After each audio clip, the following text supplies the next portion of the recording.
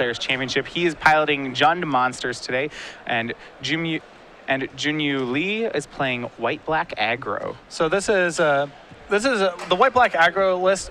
This got a lot of hype around the time the spoilers got released because the white-black god Erthos received a lot of hype in this potential strategy. It's not very hard for white-black to turn on the requisite devotion. You have a lot of quality double white permanents to choose from, and there's a lot of small creatures, so Erthos' static power can be quite potent as well.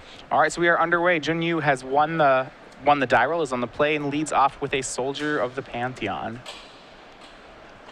So this is going to be a battle to see whether Jumyu can actually develop a board and then set up Brave of the Elements. That's his big path to victory in this matchup. Also, flyers are very potent against the Jund Monster strategy as well. Not a lot of ways to block. Okay. So Soldier crashes in for 2. Jumyu goes ahead and follows up with Precinct Captains. This is still kind of the mold of a white aggro deck that we've been seeing over the course of the season, but it has borrowed some black cards we've seen here. We see now a couple Athreos, a couple Cartel Aristocrat showing their face in the deck. Yeah, and Orzhov Charm is also a big incentive to move into black for this strategy.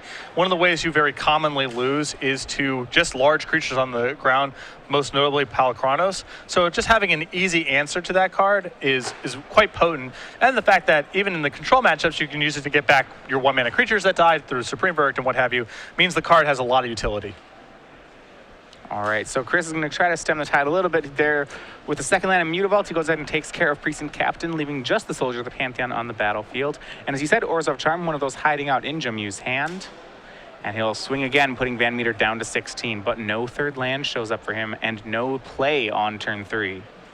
And Lee's list is going up pretty high here. He's going all the way up to 3 main deck copies of Obzak Ghost Council. So not quite the low end, loyal Pegasus style mono white beatdown decks that we've seen incorporate cards like Soldier of the Pantheon and Precinct Captain. Yeah, well, interestingly with his list, he's doing it looks like a hybrid between that early game and late game. As you said, there's 3 Obzadat, 2 Athreos, 3 Brahmas, but he's also finding room for a couple things like Imposing Sovereign and some main deck Keening Apparition even.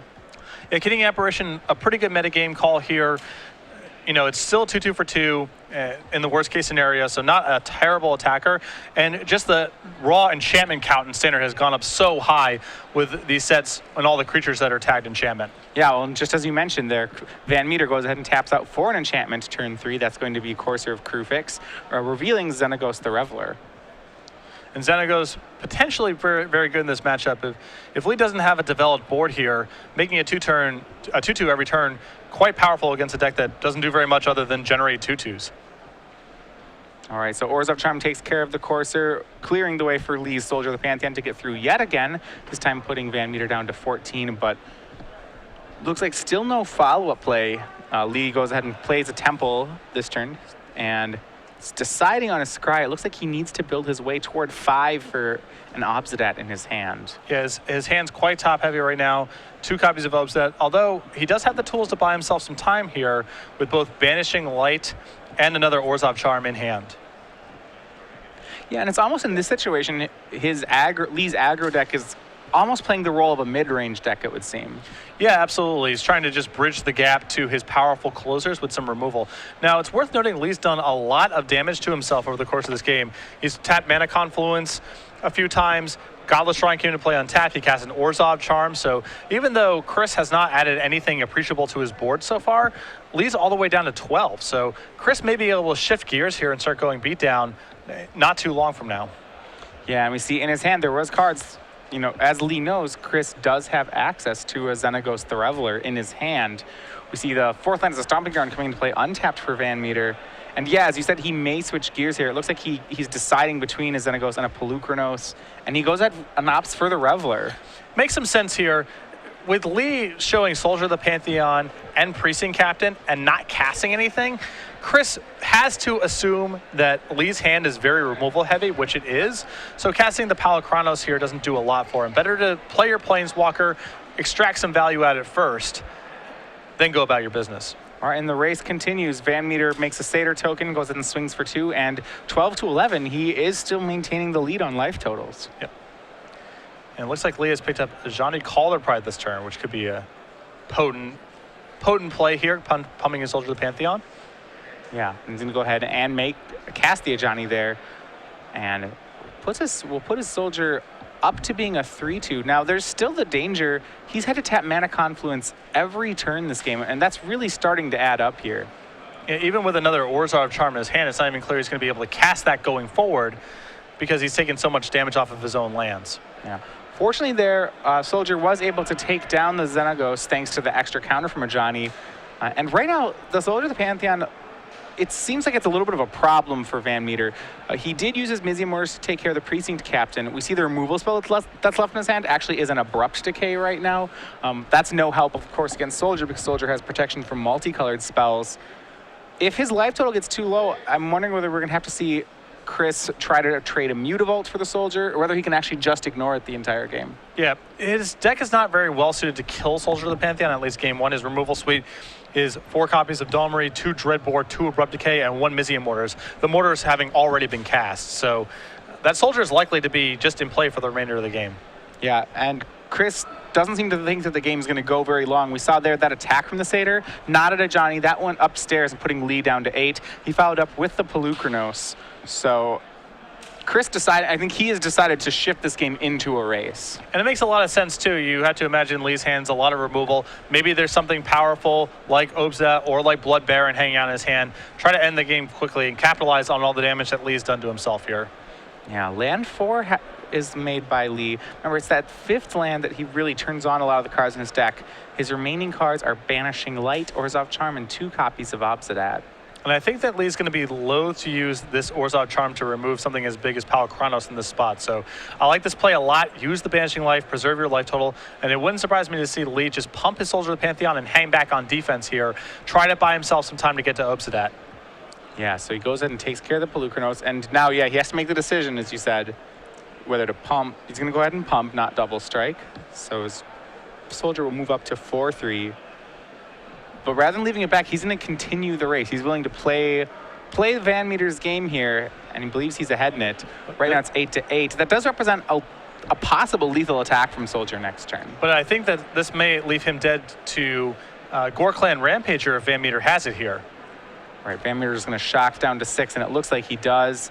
Mutavault's activated, and Gore-Clan Rampager is Blood Rush. That'll be the remaining 8 damage. And Lee, with no answers here, will pack it in, and we go to game 2. VanMeter up 1-0. Yep.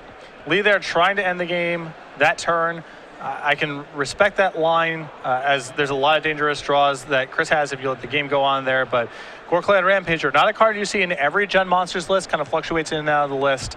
Got the job done there for VanMeter. Well, that's one of those situations from Lee's side, I would think, where it's a little dangerous to race because you know that's the game that VanMeter wants to be playing, right? So you'd have to think that VanMeter wouldn't be wanting to, like the only reasons VanMeter would race would be either A, if his hand is set up well for racing, or B, if he really just has nothing.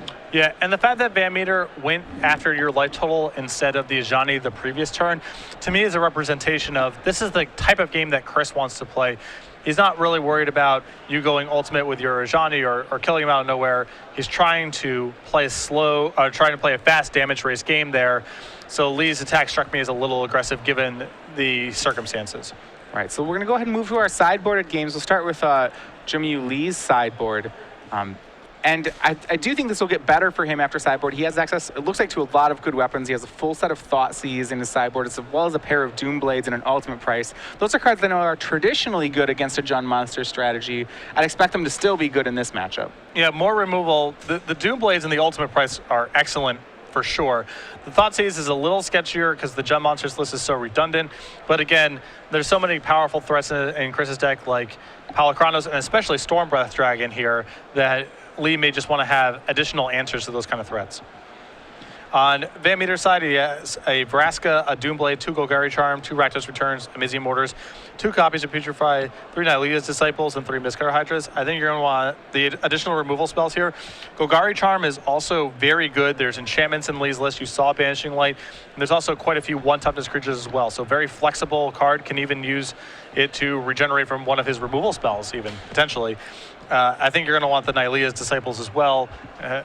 Even though we saw that game, Chris go into beatdown mode, he's definitely the control deck in the matchup, and additional life gain is helpful as well. And also a 3-3 is well sized to fight a lot of Lee's threats. There's a lot of 2-1s and 2-2s in the white-black aggro list. So a 3-3 can get the job done in combat as well. Yeah, so we've seen both players actually with access to what seems to be almost 6 removal spells or pseudo removal spells post board. With both players boarding in such heavy removal, that seems to me like that would change the speed or at least the type of matchup we have. You often see that in these sort of games. I think Lee still needs to stay pretty low to the ground here because he can't fight Chris's threats pound for pound. He has to get ahead on the board and then use his tricks to sort of push through the last couple points of damage.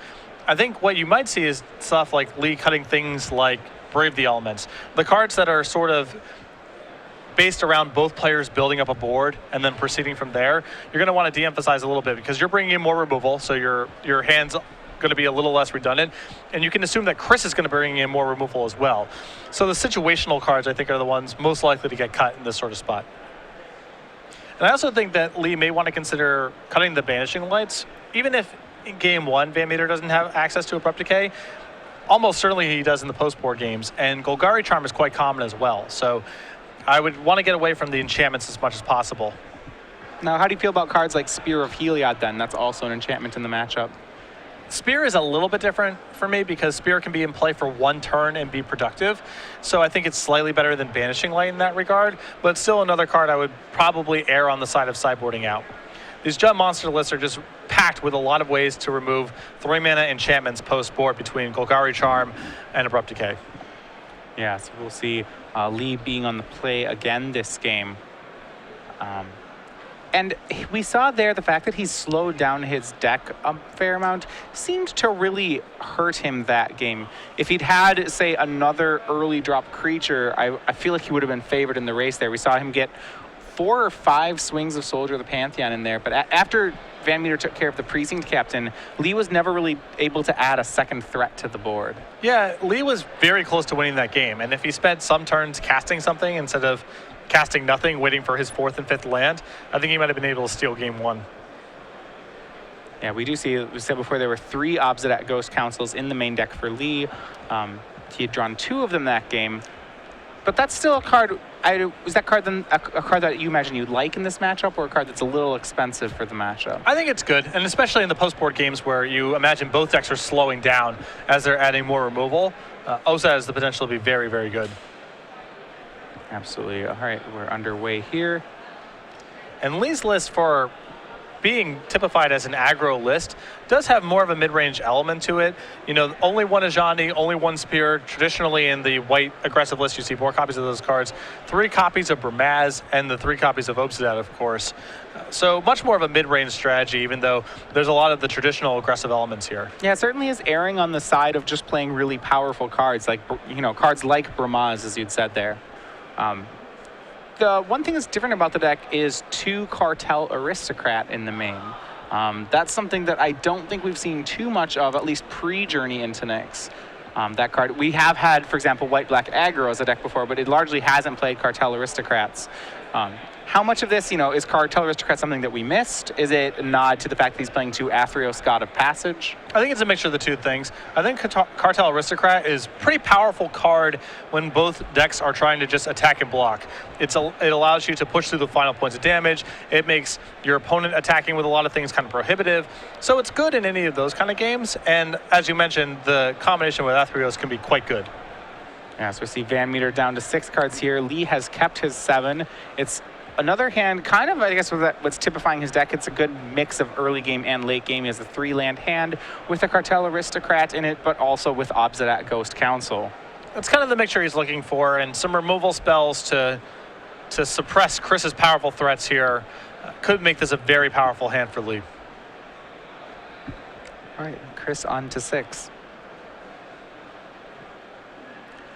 Now, when there's a card like Obsidian, Chris does not have too many cards that can actually answer Resolved Obsidian. He has Putrefies out of the sideboard, but to me, that's actually the only way he can answer the card, I believe. That's one of the reasons that Obsidian is really powerful in the metagame sometimes. These Mizzium Mortar mid-range decks really struggle to remove from the table, and oftentimes they just can't altogether. And it is sized to brawl in combat with a lot of Chris's threats, so there's a lot of really good work. All right, so we're underway. VanMeter on 6 cards. Lee on 7. Lee will start out with a Temple of Silence scrying to the top.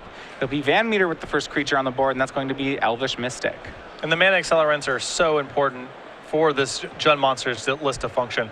A lot of 4 and 5 mana spells, and casting them ahead of schedule is where this deck gets a lot of its power from. Yeah, and it looks like with VanMeter's hand, he kept a hand with lands, with accelerants. I'm not positive he has something to accelerate into for the early game. He has at least 1, and I believe 2 Scavenging Oozes in his hand. So he'll still be able to use that extra mana, but it's not going to be to make, that Haymaker turn 3 Pelucranos that he might want. This is true, but now VanMeter has a ton of very powerful draws in his deck. Yeah, as we see, turn 2, he makes another Elvish Mystic and that Scavenging Ooze. So now he has access to 5 mana on turn 3. And Lee also now has to play the game, not this turn, but possibly soon with the threat of an overloaded Mizium Mortars looming the entire time, which could really contort his play. Yeah, we'll see how much Lee can afford to play around that. He makes Mutavault on turn 3 and has the choice between Precinct Captain and Spear if he allowed. He's going to go ahead and make Spear. That way his Cartel Aristocrat can threaten a 2-for-1 if VanMeter wants to block. And this, again, may be a concession to him being worried about Mizium Mortars, would rather try to pace his threats rather than play everything onto the board. Yeah. Now that's for me, that's one of the things I've always really liked about Cartel Aristocrat actually, is because I feel like when I'm playing around a card like Mizium Mortars, a Cartel Aristocrat allows you to somewhat play into Mizium Mortars, because it won't actually sweep your entire team. It is a pretty potent hedge. Yeah, so the double trade was actually made by VanMeter there, so Cartel Aristocrat traded for both Elvish Mystic and Scavenging Ooze. And Chris just trying to squeeze a little bit of extra value out of his second copy of Scavenging Ooze. He is risking Lee having a way to remove this, of course, but this is a pretty powerful play for Chris to make given the circumstances. His hand really doesn't allow him to do very much else, so he's doing what he can. Right, so that second Scavenging Ooze is played. Temple of Abandon for Chris. VanMeter ships a card to the bottom, so he has 1 green up, and thanks to that trade, there are 3 creatures in the graveyard for Scavenging Ooze. Precinct Captain made by Lee, and Ooze goes to work eating the Cartel Aristocrat. But Chris has a lot leaning on this Ooze right now. He doesn't have a lot of backup if this is killed. Yeah, and right now it looks like he's trying to scry. Chris is trying to scry his way to a big threat. He drew Doomblade for the turn there, so he's going to have some more time, but he still doesn't have that overwhelming threat that he might want. Doomblade takes care of Precinct Captain. And I'm thinking that Chris is going to it looks like he's going ahead and taking the aggro role here. We see a 3rd Scavenging Ooze in his hand. Again, not a lot else to do. His hand allows him to take this path and do very little else, so he's just going to go with the Ooze beatdown. Yeah, and actually for the 2nd game in a row, Lee has stuck on lands here with double Obsidian in his hand. He stuck on 3 lands last turn, and this turn, instead of drawing a 4th land, did draw a 2nd Obsidian. Yeah, and what's dangerous about this is now Chris has a lot of powerful draws in his deck. Any of his large creatures are, of course, excellent here, and every removal spell allows him to hit for a bunch and continue to grow his Scavenging Oozes. So Lee in quite a bit of trouble. Yeah, Chris playing off the top of his deck, but right now with 6 power on board, threatening to be as much as 9 power thanks to the Scavenging Ooze activations. And Lee doesn't have too many turns to work with here. No, he does not. And the second Scavenging Ooze, even though Scavenging Ooze is definitely on diminishing turns, pretty powerful here for Chris. He doesn't have to go all in on one Scavenging Ooze and risk it getting hit by Banishing Light or Doomblade. He can spread his tokens amongst his 2 Scavenging Oozes and give him some protection in case one of them dies. Yeah, so I see here a swing with a 2/2 and 3/3 Ooze into that 3/3 Keening Apparition from Lee. But because of triple green up and 3 creatures in graveyards, there aren't any profitable blocks for Lee. And it looks like he's just going to go ahead and take the damage. Yeah, and you see Chris trying to diversify a little bit here and spread the counters amongst both of his Oozes. So he makes one of them into a 3/3, one of them into a 4/4. That's 7 damage and no more. He's going to go ahead and put Lee down to 10. And that makes room for his follow-up play, which is Courser of Crewfix. That revealing a Golgari Charm he's just out-resourcing the board right now. Yeah, correct. And a lot of this just has to do with the fact that Lee has 2 copies of Obsidian in hand that he can't cast. Yeah, and Lee's draw for turn was Celestial Flare. How much, this is the 2nd time where I feel like Lee has drawn a lot of utility cards. His black-white aggro deck, or white-black aggro deck more so, rather than just being all in on creatures, does have a lot of utility here, especially post-board. If you look at his hand, you see 2 Obsidats, you see a Celestial Flare, a Banishing Light, a Brave the Elements. These are all cards that are really good in the strategy, but it seems like you only would want 1 or 2 of these in your hand per game. Correct. It's especially noteworthy because the Spear of Heliod and the Banishing Light in his hand means that he has not given a lot of respect to the possibility of Golgari Charm coming out of Chris's list. And you can see he wanted to cast Banishing Light last turn, but with the information that there was a copy of Golgari Charm on the top of Chris's deck, he can't even do that. So now he has to do this awkward, I'll Celestial Flare you and hope to kill something type of turn. So a lot of situational cards in this list post-board. Yeah, Chris is going to swing all 3 of his creatures there. He drew Golgari Charm for the turn. So, and this is where Celestial Flare can be a little awkward. You know, it'll probably only hit a Courser of Krufix. And it's going to be cast by Lee. Yeah, I would not be surprised to just see this take down the Courser here. Yeah, and actually, this could be lethal. Yeah, there's the potential. So it takes care of Courser. Right now, Lee's at 10. Lee actually, if he looks at the situation, has to block here. There's 7 power attacking, but if Lee doesn't block, Chris can Golgari Charm hit your own creatures, or is it just your opponent's? Because right now there's 2 creatures in graveyards. He could pump to 9. If he can find a way for a 10th creature in the graveyard, this is a lethal attack.